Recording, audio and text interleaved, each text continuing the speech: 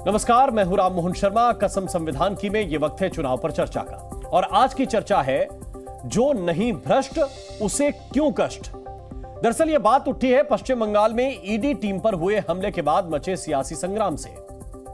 ED team पर हमला करने वाला टीएमसी नेता शाहजहां शेख अभी भी फरार है। खास बात यह है कि पश्चिम बंगाल की ममता सरकार हो, नीतीश सरकार हो या फिर कांग्रेस और इंडिया अलायंस के दूसरे सहयोगी, सभी का आरोप है कि 24 के चुनाव को बीजेपी ईडी की नाव में बैठकर पार करना चाहती है। विपक्ष कह रहा है कि बंगाल में जो कुछ भी हुआ वो ईडी के जरिए गलत तरीके से शिकंजा कसने का परिणाम है।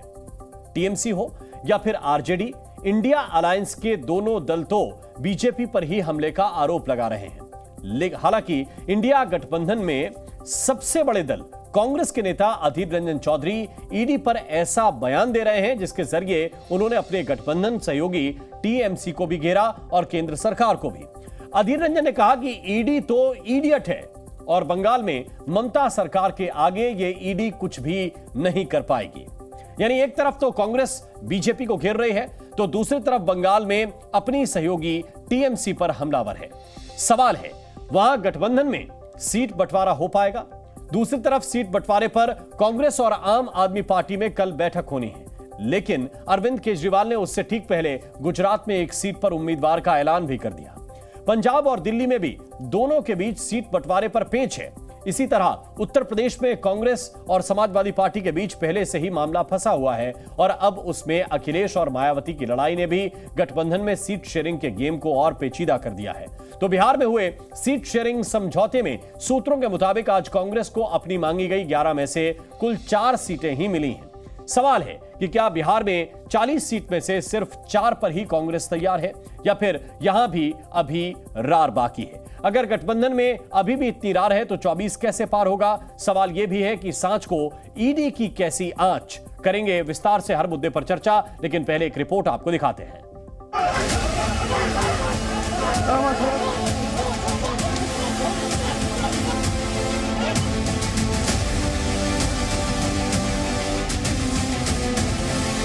শুধু তথ্য পুঁজি, আমাদের পুঁজি হলো মানুষের আশীর্বাদ, আর ওর পুঁজি হলো কি CBI R E D.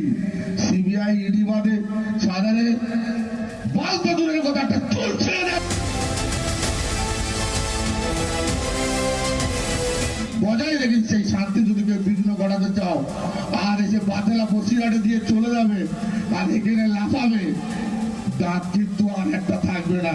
Mamata Banerjee की सरकार को खत्म करना पड़ेगा जनता को, नहीं तो वहाँ एक तो इस्लामिक स्टेट बनाने पर लगी हुई है ममता, और दूसरा वहाँ लोकतंत्र समाप्त है।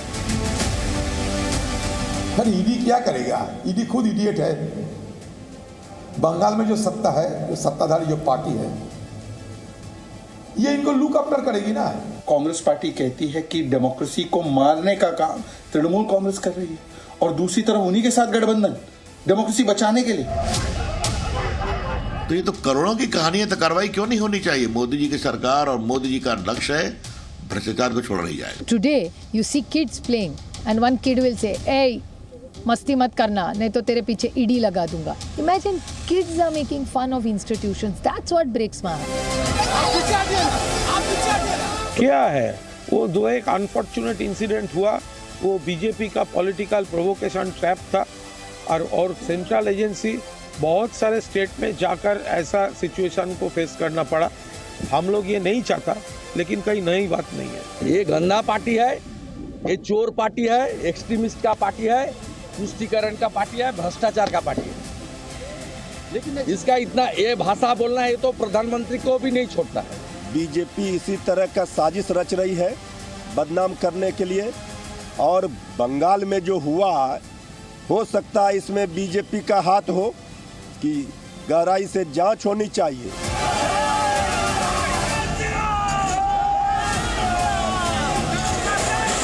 एक 121 केसेस हुए हैं ईडी के, उसमें 115 ऑपोजिशन पर हुआ है, तो ईडी को तो इसका भी तो देना चाहिए जवाब।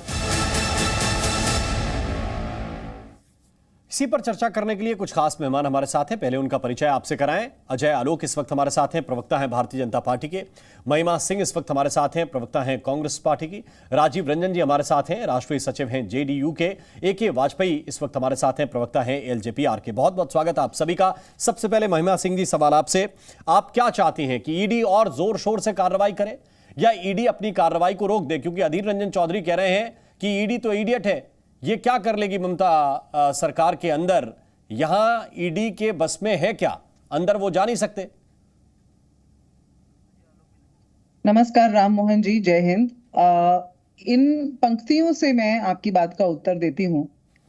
एक कविता है जिसका शीर्षक है, जो इस पागलपन में शामिल नहीं होंगे मारे जाएंगे। छोटी सी कविता है। कटघरे में खड़े कर दिए जाएंगे, जो विरोध में बोलेंगे, जो सच सच बोलेंगे मारे जाएंगे। बर्दाश्त नहीं किया जाएगा कि किसी की कमीज हो उनकी कमीज से ज्यादा सफेद। कमीज पर जिनके दाग नहीं होंगे मारे जाएंगे। जो इस पागलपन में शामिल नहीं होंगे मारे जाएंगे। आज आप देख लीजिए कि 95% जो केस हैं वो विपक्षी पार्टियों के ऊपर हैं। आप पूछ रहे हैं कि क्या चाहते हैं हम तो ये चाहते हैं कि लोकतंत्र में ईडी जैसी एक संजीदा संस्थान को इतना हास्यास्पद न बना दिया जाए, उसके क्रियाकलाप को, कि उसके ऊपर लोग जो है हंसने लगे या फिर उसको हल्के में बात करने लगे। मुझे आज संसद में दिया गया मीनाक्षी लेखी के द्वारा वो धमकी याद आ गई। अभी पिछले सत्र की बात है, मेरा ख्याल है कि सितंबर से पहले जो सत्र हुआ था, मानसून सत्र के दौरान की बात है शायद, कि एक सांसद बोल रहे थे और मीनाक्षी लेखी ने उनको बड़े धड़ल्ले से बोला, अरे बैठ जाओ, तुम्हारे पीछे ईडी लगा देंगे वरना। तो जब सत्तासीन पार्टी के लोग संसद में उनके सांसद खड़े होकर दूसरे सांसदों को, जनप्रतिनिधियों को इस प्रकार की धमकी देते हैं, जब 95% केसेस जो हैं वो विपक्षी पार्टियों पर होते हैं, जब अजीत पवार को शामिल करके जी नहीं भरता और शरद पवार के पीछे, उनके पोते के पीछे ईडी लगा देते हैं, जब ईडी के ऑफिशियल्स पिटने लगते हैं गलियों में, जब ईडी के ऑफिशियल्स राजस्थान में 15 लाख रिश्वत लेते पकड़े जाते हैं, उस समय ये सवाल उठाना जरूरी है कि संवैधानिक संस्थानों का क्या हाल करके छोड़ दिया है भाजपा ने।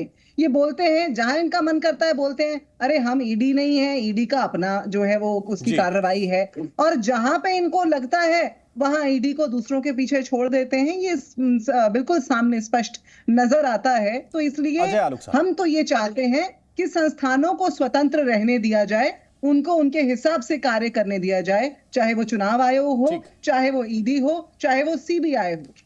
अजय आलोक जी। राम जी देखिए, अपने सांप देखा है, वो 2 मुंहा सांप होता है, सपेरा लेके चलते हैं।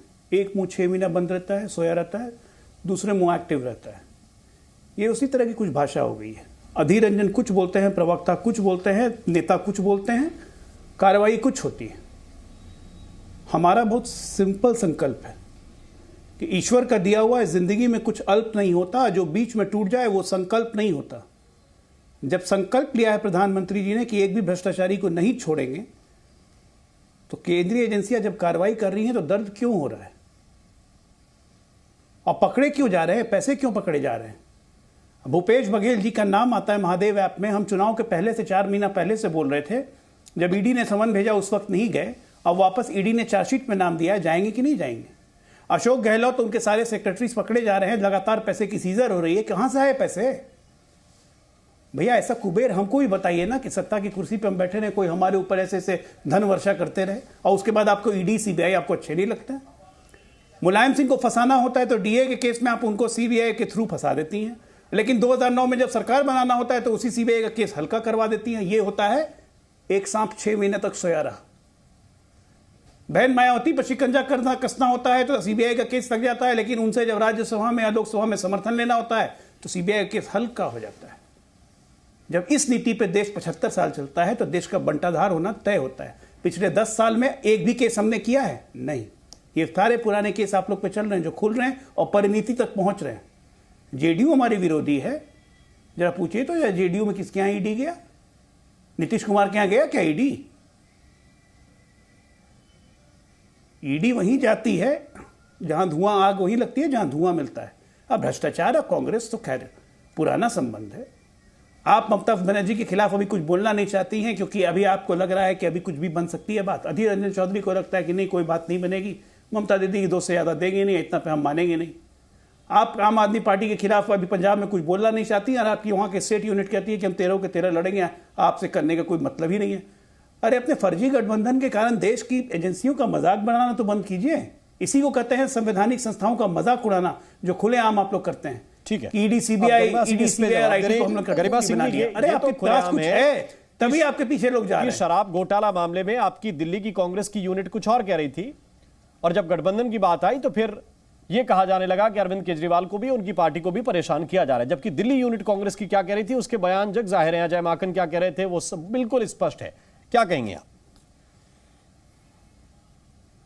देखिए राम मोहन जी, अब जितनी बातें मैं सुन रही थी मुझे तो बड़ी हैरत होती है और ये बड़ा हास्यास्पद है जो भाजपा का कॉन्डक्ट है। इन्हें अजीत पवार का तो मैंने नाम पहले ले दिया, फ्रांस जाने से पहले मोदी जी बोलते हैं 70,000 करोड़ की चार्जशीट है भैया अजीत पवार के ऊपर, और फ्रांस से वापस आते ही भाजपा में उन्हें शामिल कर लेते हैं और वो ड्राई क्लीन होकर बाहर निकलते हैं चमचमाते सफेद। फिर एबीजी शिपयार्ड का आप याद कर लीजिए स्कैम, या अडानी का तो खैर कहने ही क्या, आप हेमंत बिस्वा शर्मा को देख लीजिए, येदियुरप्पा को देख लीजिए, मुकुल रॉय को, नारायण राणे, शुभेंदु अधिकारी, कितने ही जाने मुझे लगता है नाम है, Sharada chit fund Vyapam scam, ये सारे जो हैं अभी फिलहाल कोल्ड स्टोरेज में रखे हुए हैं क्योंकि अभी इनसे कोई खतरा नहीं है। आप आम आदमी के बारे में पूछ रहे हैं, आम आदमी पार्टी के बारे में दिल्ली में, मैं तो ये समझती हूँ कि हमारा तो शुरू से एक ही स्टैंड है, जहां पर कोई अन्याय है, जहां पर कोई भ्रष्टाचार है, पर वो सत्ताधारी पार्टी में हो या कहीं पर भी हो, वहां कार्रवाई होनी चाहिए। लेकिन वो कार्रवाई 2014 से पहले 67% थी। ये अभी गठबंधन की बात कर रहे थे, आज वो कार्रवाई 95% विपक्षी पार्टियों पर हो गई है। ये अभी गठबंधन की बात कर रहे थे, हम तो आज देख रहे हैं कि एनडीए के ऊपर खतरा मंडराने लगा है। ये हमारी तरफ उंगली करते करते भूल गए 3 उंगलियां इनकी तरफ हैं। ये भूल रहे हैं कि इनके अपने जो पार्टनर्स हैं वो आंख दिखाना शुरू कर चुके हैं, कहीं सीटों को लेकर के, कहीं कुछ और लेकर के, क्योंकि ये दिखाई दे रहा है कि अंदर ही अंदर सतहों में एक जन आंदोलन खड़ा हो रहा है आज भाजपा के खिलाफ। ना बेटियां सुरक्षित हैं, ना रोजगार है, महंगाई है, भ्रष्टाचार है, अजीत पवार को धमकी देके जी नहीं भरा, शरद पवार को धमकी दे रहे हैं, सबको दिखाई दे रहा है। कांग्रेस का ठीक है महिमा सिंह जी, मैं आपके पास वापस लौट कर आता हूं। ए.के. वाजपेयी साहब को इस चर्चा में लेके आता हूं, फिर मैं चलूंगा राजीव रंजन जी के पास। ए.के. वाजपेयी साहब, ये जो महिमा सिंह जी कह रहे हैं कि नहीं देखिए 97% जो कार्रवाई हो रही है वो विपक्ष के नेताओं के ऊपर हो रही है, ईडी का दुरुपयोग कर रहे हैं और इसीलिए फिर ईडी को लेकर मजाक भी बन रहे हैं, और उन्होंने एक बात और कही कि गली गली में हमले हो रहे हैं। नहीं देखिए, ये राममोहन जी ईडी और सीबीआई के मिसयूज का जो ये आरोप लगाते हैं वो आर्ग्यूमेंट इनको अब अवेलेबल नहीं है। हुआ क्या कि 18 पार्टियां सुप्रीम कोर्ट गई थी और उन्होंने रिट पिटिशन फाइल की थी अंडर आर्टिकल 32, और उसमें प्रेयर ये थी कि, और पूरे डाटा दिए, स्टैटिक्स दिए, नाम भी दिए पॉलिटिकल लीडर्स के, और इन्होंने कहा जी ये मिसयूज हो रही है सीबीआई और डीआई, इसलिए इसके जो है इन्वेस्टिगेशन हमारे घर में बैठ के करें और हमको बेल, अरेस्ट ना करें, बेल दे दी जाए फर्क। वो सुप्रीम कोर्ट ने डिसमिस कर दी थी, पिटिशन नहीं मानी, तो सुप्रीम कोर्ट से बड़े थोड़ी हो गई है। जब सुप्रीम कोर्ट ने एग्जामिन कर लिया इशू, उसके बाद ये आर्ग्यूमेंट इनको अवेलेबल नहीं है। I am sorry. अब आइए ममता बनर्जी पे। राममोहन जी, आपको याद होगा 4-5 साल पहले सीबीआई एक केस की इन्वेस्टिगेशन करने गई थी और उसमें वहां के डीजीपी राजीव कुमार, जो अब चीफ सेक्रेटरी बन गया वहां शायद, वो इन्वॉल्व थे। तो ममता दीदी एज ए चीफ मिनिस्टर धरने पे बैठ गई थी वहां, और सीबीआई को उन्होंने घेर लिया था, पुलिस को, हेड जहां सीबीआई स्टे कर रही थी उसको निकलने नहीं दिया, इन्वेस्टिगेशन नहीं करने दिया। तो ये तो इनका इतिहास है। ईडी पे जो पथराव हो रहा है ये उसी का रेपुटेशन है। मतलब चीफ मिनिस्टर कानून ब्रेकर हो जाएगा क्या? और ये अरविंद केजरीवाल साथ में, मतलब ये एक क्या न्यू नॉर्मल बन रहा है। एक तरफ फेडरल की बात करते हैं, फेडरल एक्सेक्टर है, संविधान की दुआई देते हैं, कानून की बात करते हैं, अभी ये महिमा सिंह जी भी कर रही थी कि वो मिसयूज हो रहा है, तो दूसरी तरफ आप कानून को धता बताओगे। मतलब ये किसने अधिकार दे दिया कि आप संबंध जो आएंगे, जो स्टैच्यूटरी एक्ट के तहत संबंध आते हैं, सेक्शन 94 है, सेक्शन 41 है सीआरपीसी का, और सेक्शन 50 पीएमएलए एक्ट का है, उसके तहत स्टेचुरी सम्मन्स आते हैं। मतलब आप सम्मान नहीं करेंगे, सम्मन्स का सम्मान नहीं करेंगे। अगर मान लो आपको कोई दिक्कत है भी तो सम्मन्स को जाके चैलेंज करिए, हाईकोर्ट में क्वेश्चन रहेंगे। ये तो कोई तरीका नहीं होगा कि 4 बार सम्मन आएंगे तब नहीं जाओगे, 7 बार आएंगे तब भी नहीं जाओगे। मतलब देखा देखी ये क्या स्थिति कानून के प्रति बनाना चाहते हैं, ये इनको जवाब देना है। आपके पास आता हूं, आपके गठबंधन के सहयोगी हैं राजीव जी। सवाल यह है कि ये तो समझ आता है कि ममता बनर्जी के भतीजे पे कोई कार्रवाई हो तो ऐसा लगे कि बीजेपी का पॉलिटिकल मोटिव है, राहुल गांधी पे कोई कार्रवाई हो ऐसे लगे कि बीजेपी का पॉलिटिकल मोटिव है, नीतीश जी पे कोई नोटिस जाए लगे कि मोटिव है कि इनके सहयोगी थे अब नहीं है। लेकिन ये जो कार्रवाई यहां ईडी करने जा रही थी, एक संदेश खाली के टीएमसी यूनिट के अध्यक्ष हैं, दूसरे नगर पालिका के अध्यक्ष रहे हैं पहले, ये 2 आरोपी हैं। क्या इनके खिलाफ भी दिल्ली में बैठकर नरेंद्र मोदी पीएमओ में बैठकर साजिश रच रहे हैं और इनके खिलाफ कार्रवाई करने ईडी गई तो उन पर पथराव करा दिया? देखिए, पहले आपने जो सवाल रखे हैं उस पर विपक्ष की कई पार्टियों ने इसे भारतीय जनता पार्टी के द्वारा प्रायोजित हंगामा भगदड़ कराए जाने का आरोप लगाया जी, और इसीलिए अब ये पूरी तरह से विवादों के घेरे में है कि दरअसल ईडी पर हमला कराया किस। तो पहले तो इसकी जांच, निष्पक्ष जांच होगी। निष्पक्ष जांच से जो निष्कर्ष आएंगे वो देश के साथ साझा किया जाएगा। नहीं, अगर ये षड्यंत्र है तो कोई बताए ना कि किसी टीएमसी के लीडर ने वहां स्थानीय थाने में भी मुकदमा कराया कि ईडी के ऊपर कि नहीं कराया, कि वहां पे आने। नहीं राजीव रंजन जी, शिकायत सुन लीजिए ना, शुरुआती शिकायत। मेरे पास कई सवाल हैं आपके लिए भी राम मोहन जी। जी बोलिए। आप नैरेटिव वही नैरेटिव की बात नहीं, मैं घटना की बात कर रहा हूं। मैंने स्पष्ट कहा कि अगर ममता बनर्जी के भतीजे, मैंने आपको जवाब दे दिया। आता है कि आप लोग सुनिए ना राम मोहन जी, फिर आप उसके बाद पूरी बात मुझे कहने नहीं देंगे, आप कहेंगे आपको काफी वक्त दे दिया। नहीं बोलिए। ये खेल अब हम लोग समझते हैं राम मोहन। नहीं अब मेरी बात सुनिए, कुछ जरूरी बातें समझिए। सही लॉजिक पे तो आइए प्लीज राम मोहन जी, आपका वक्त भी कीमती है, बोलिए, और हमारा वक्त भी कीमती। बोलिए। ये 22 अप्रैल 2014 की रिपोर्ट है, टेलीग्राफ की रिपोर्ट है, और इसमें भारतीय जनता पार्टी ने ताबड़तोड़ आरोप लगाए कि हिमंता विश्वा शर्मा उस समय हेल्थ मिनिस्टर, वाटर स्कैम को लेकर के तो आरोप गढ़ा ही, साथ साथ ये भी कहा कि ऐसे अनेक मामले उनके खिलाफ है जिसकी भी जांच होनी चाहिए। मुझे एक बात बता दीजिए। नहीं, और बारी बारी से ऐसे मेरे कई सवाल हैं। नहीं, ऐसे सवाल तो मेरे पास नहीं, तो राम मोहन जी फिर तमाम नेताओं ने कहा कि तेजस्वी यादव और लालू प्रसाद यादव पर रेलवे घोटाले में चार्जशीट हुई है, उसमें आरोप है। राजीव रंजन जी, आप लोगों ने कहा कि नहीं कहा? देखिए, मैं आपके शो में अपनी बात जब तक पूरी नहीं कर लूंगा, आपके किसी भी सवाल का जवाब देने के लिए मैं बताइए। मेरे पास उससे गहरे आरोप हैं, इसलिए कि ये जो आरोप हल्के थे जो आप लगाते थे तेजस्वी यादव और लालू यादव पे। अरे आप तो बोलने देते नहीं है, आप लगातार बोलते रहते हैं राम मोहन जी। इस तरह की बात मैं नहीं करता हूं। अगर आपको इतना सम्मान भी नहीं है पैनलिस्ट के लिए कि आप पूरी बात मुझे करने दीजिए, आपको डर क्यों लग रहा है कि हिमंता विश्वा शर्मा पर मैं कोई सवाल कर रहा हूं? क्या मुझे इस देश के नागरिक की हैसियत से यह सवाल पूछने का अधिकार नहीं है? नहीं, आपके पास अधिकार है, लेकिन मेरे सवाल का भी तो उत्तर देते जाए। आप बोलिए। आपको मैं जो कह रहा हूं पहले वो सुनिए। आप बोलिए। मैंने आपके सवाल का जवाब मैं दूंगा, सुन रहा हूं, लेकिन मेरे कुछ सवाल हैं। उस घटना के बाद एक ब्लैकमेल की राजनीति जो भारतीय जनता पार्टी करती है, हिमंता विश्वा शर्मा भाजपा के केवल नेता ही नहीं बने, मंत्री बने और उसके बाद मुख्यमंत्री बने और उनके एक बड़े संकट मोचक बन करके निकले। अब इन मसलों पर या तो उस समय के लिए भारतीय जनता पार्टी आज आपके लाइव में माफी मांगे कि हिमंता विश्वा शर्मा बेईमान नहीं थे, उस समय हमारे नेताओं ने जो भी कहा है वो झूठ कहा।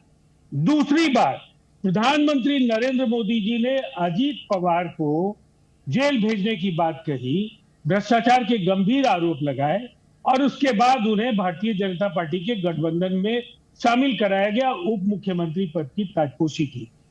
अब प्रधानमंत्री जी झूठ बोल रहे हैं, ये प्रवक्ता को बोलना चाहिए, भाजपा के प्रवक्ता को, कि या तो उस समय वो झूठ बोल रहे थे या भाजपा अभी जो कर रही है वो गलत कर रही है। दो ही विकल्प है, कोई तीसरा विकल्प नहीं है।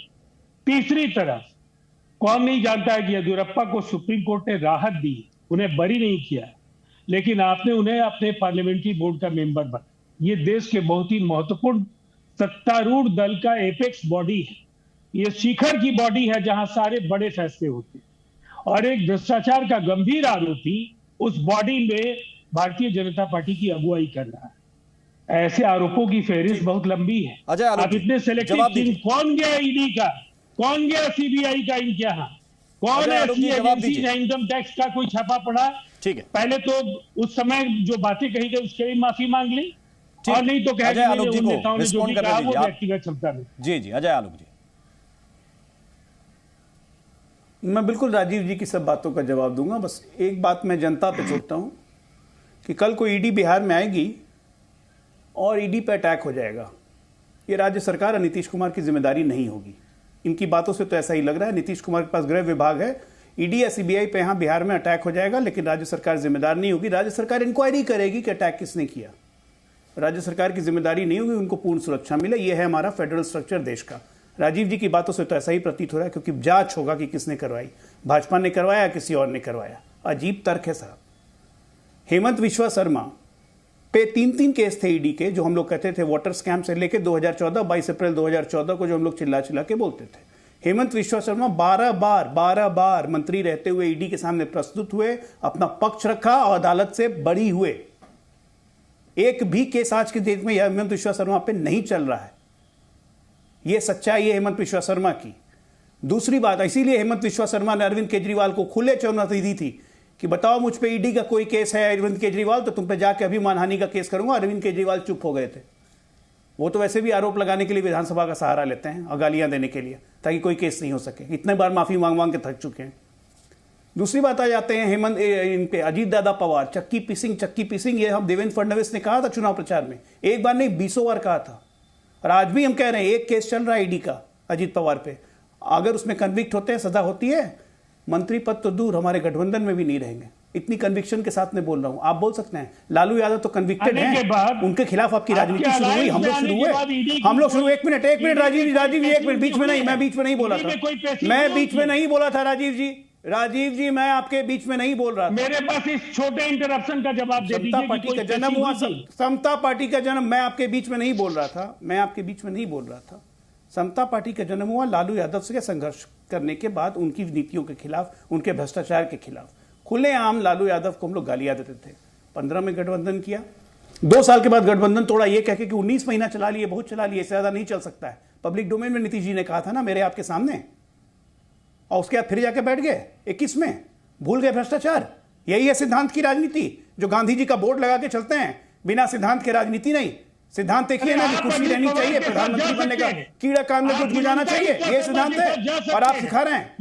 अरे आप अपने नेता को डिफेंड नहीं कर सकते हैं। हेमंत विश्वा शर्मा को तो बोला ना, हेमंत विश्वा शर्मा के लिए बोला मैंने, गंदे कपड़ों को साफ करने, अरे बोला मैंने हेमंत विश्वा शर्मा के बारे में। क्लीन चिट लेके आए, लोटस लॉन्ड्री है, क्लीन चिट लेके आए, वॉशिंग पाउडर ऑर्डर नहीं है। एक बात सुनिए, मैं फिर कहता हूं, ईश्वर का दिया हुआ अल्प नहीं होता, बीच में टूट जाए संकल्प नहीं होता। हम संकल्पित हैं हर भ्रष्टाचारी को जेल के पीछे पहुंचाने के लिए। प्रधानमंत्री लाल किले की दीवार पे अनाउंस कर, मैं महिमा सिंह को चर्चा में लेके आना चाहता हूं। जवाब देने की हिम्मत रखा कीजिए ना, एक बोल दिया भाग गए, जवाब नहीं सुन रहे हैं। ठीक है महिमा सिंह जी, क्या अधीर रंजन चौधरी फिर गलत पिच पर बैटिंग कर रहे हैं? अगर आपको लगता है कि सब दुरुपयोग बीजेपी कर रही है, तो क्या बंगाल में गलत पिच पर बैटिंग कर रहे हैं अधीर रंजन चौधरी जी? हमें लगता है अगर आप देखेंगे तो कोई भी नेता जो बात बोल रहे हैं, बात एक ही तरफ इंगित करती है। जो बात हम कह रहे हैं कि आपने को घर घर में का हंसी है भाई। जब मीनाक्षी लेखी सांसद होते हुए संसद में बोलती हैं कि तुम्हारे पीछे ईडी छोड़ देंगे, भाई मीनाक्षी लेखी के पति जो है वो बोलते हैं कि भाजपा ने तो क्रिमिनल लॉज इस देश में बुलडोज कर दिए, वही मीनाक्षी लेखी ऐसे गैर जिम्मेदाराना बयान देती हैं संसद में या धमकियां देती हैं, ऐसा कहना चाहिए। लेकिन एक सवाल यहाँ पूछने का ये है राम मोहन जी, बहुत आवश्यक सवाल है। आपको याद होगा चंद ही महीने पुरानी बात है, महादेव की बात तो याद रह गई, महादेव आपकी बात तो भाजपा के प्रवक्ता को, इन्हें याद नहीं रहा नरेंद्र सिंह तोमर के बेटे का वो वीडियो, जिसमें वीडियो कॉल पे नरेंद्र सिंह तोमर के कृषि मंत्री के बेटे जो है रिश्वत मांग रहे हैं 200 करोड़ की। पहले 200 करोड़ का वीडियो सामने आया, फिर 500 करोड़ का वीडियो सामने आया। जब उस पर कोई इक्का दुक्का चर्चाएं कहीं हो गई और हमने सवाल पूछा कि क्या कार्रवाई की जा रही है, तो यही जो रंग बिरंगी भाजपा है ना, जो ये जो है दो मुहा सांप बोल रहे थे, दो मुहा सांप की चरित्र वाली जो भाजपा है, ये कहने लगी अरे आपको कोई आपत्ति है तो आप जाकर कहीं पुलिस कंप्लेंट करा लीजिए, उस पुलिस कंप्लेंट के आधार पर उस पर कार्रवाई हो जाएगी। भाई विपक्ष कोई बात करता है तो पुलिस कंप्लेंट करा लीजिए, लेकिन भाजपा को दिक्कत हो तो सारे के सारे विपक्ष को समेट देंगे। विपक्ष 97% इसलिए ईडी के घेरे में है। एक मिनट राममोहन जी, 97% इसलिए है महिमा सिंह जी, क्योंकि 2-3% जो पार्टी है वो तो इनके साथ जुड़ी हुई है। जी नरेंद्र सिंह तोमर के बेटे का जब वीडियो सर्कुलेट हुआ था, राजस्थान में कांग्रेस की सरकार थी नंबर 1। खुद नरेंद्र सिंह तोमर के बेटे ने जाके कंप्लेन दर्ज किया था इनके सरकार के केस में। बीच में नहीं समय बहुत सीमित है। खुद नरेंद्र सिंह के बेटे ने केस दर्ज किया था। आपके पास सरकार जाने के समय, तब तक वीडियो के समय 1.25 महीने का समय था, आपने एक्शन क्यों नहीं लिया? अगर वो दोषी समय इतना ही है। बहुत हमने तो कहा था कि फर्जी वीडियो है ये, किसी ने लोड किया। इस चर्चा में शामिल होने के लिए जी न्यूज़।